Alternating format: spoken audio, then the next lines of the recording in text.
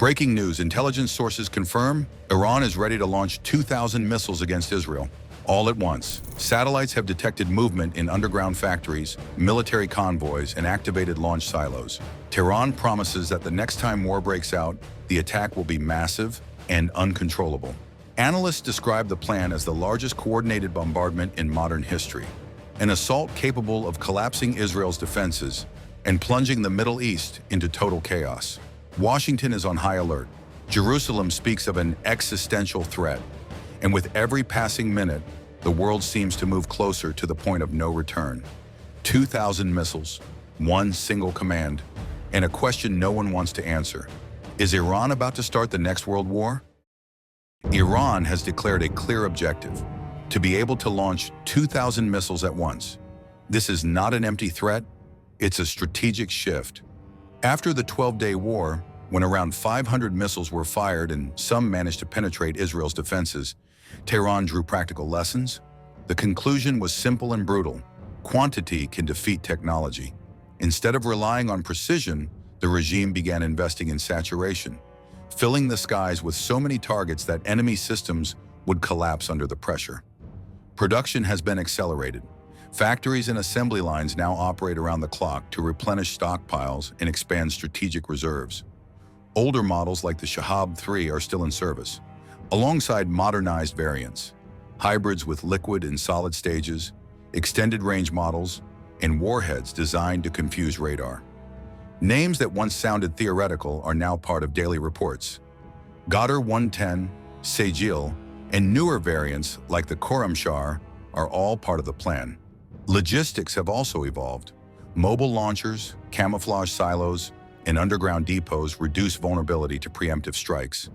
Industrial dispersion and constant movement of convoys make it nearly impossible to take the system down in one blow. The doctrine is cold. It's not about surgical strikes. It's about exhaustion. Iron Dome, David's Sling, and Arrow 3 work, but they have limits in ammunition and processing power. When hundreds of targets become thousands, the equation changes. False positives, delayed decisions, and interceptor overload. Maneuvering missiles or low-signature warheads only amplify this effect. Building 2,000 missiles isn't cheap or easy, and Iran faces economic limitations. Still, the combination of existing stockpiles, technological upgrades, and heavily fortified facilities makes large-scale barrages far more realistic than before. The goal isn't just intimidation, it's to ensure that in the next conflict, Israel faces a mathematical problem. Too many targets, too little time, and decisions that can't all be right. This is Iran's war machine, calculated, pragmatic, and built to flood the enemy's skies. Israel is the most heavily protected nation on earth, but every wall has a weak point, and Iran seems to have found it. The Israeli defense network was built to achieve the impossible: detect, track, and destroy incoming threats within seconds. The Iron Dome intercepts short-range rockets, David's Sling targets tactical medium-range missiles, and Arrow 3 intercepts ballistic warheads flying outside the atmosphere. Together, they form an electronic barrier that has stopped thousands of projectiles. But this shield, so often praised, depends on two things Iran has learned to exploit: time and math. During the 2025 war, when Iran launched 500 missiles over 12 days, Israel intercepted most, but not all. Some cities were hit. The failure wasn't technical, it was computational overload. The system had to calculate hundreds of trajectories simultaneously, determine which threats were real, and decide where each interceptor should be used. Even with advanced algorithms and multi-band radar, the network began to falter. Now imagine that scenario multiplied by 4. 2,000 missiles launched within minutes from multiple regions and altitudes, traveling at different speeds and trajectories. The Iron Dome operates about 10 batteries. Each launcher carries 20 Tamir interceptors, and each shot costs up to $50,000. In a strike of that magnitude, Israel could spend over $100 million in less than 30 minutes, and still not stop them all. This time, Iran's missiles wouldn't just be simple projectiles. Some would perform evasive maneuvers, others would deploy decoys or use materials designed to fool radar systems. And while interceptors run out, new targets appear. cruise missiles, suicide drones, and rockets fired by allied militias from Lebanon, Syria, and Yemen. The objective is singular: total saturation. U.S. military sources describe it as the logistical nightmare of modern warfare. Multiple fronts, hundreds of false targets, and overworked defenses. One calculation error, one radar glitch, 1 second delay, and impact becomes inevitable. And the impact doesn't need to be nuclear. A concentrated strike on power plants, refineries, or desalination stations could paralyze Israel without ever leveling its cities. Iran doesn't need to win militarily. It only needs to prove it can hurt. And when the enemy believes that, the advantage shifts. In Washington, the alarm has already sounded. The Pentagon monitors Iran in real time, and intelligence reports describe a critical window, a period where any miscalculation could trigger a chain reaction no one can stop.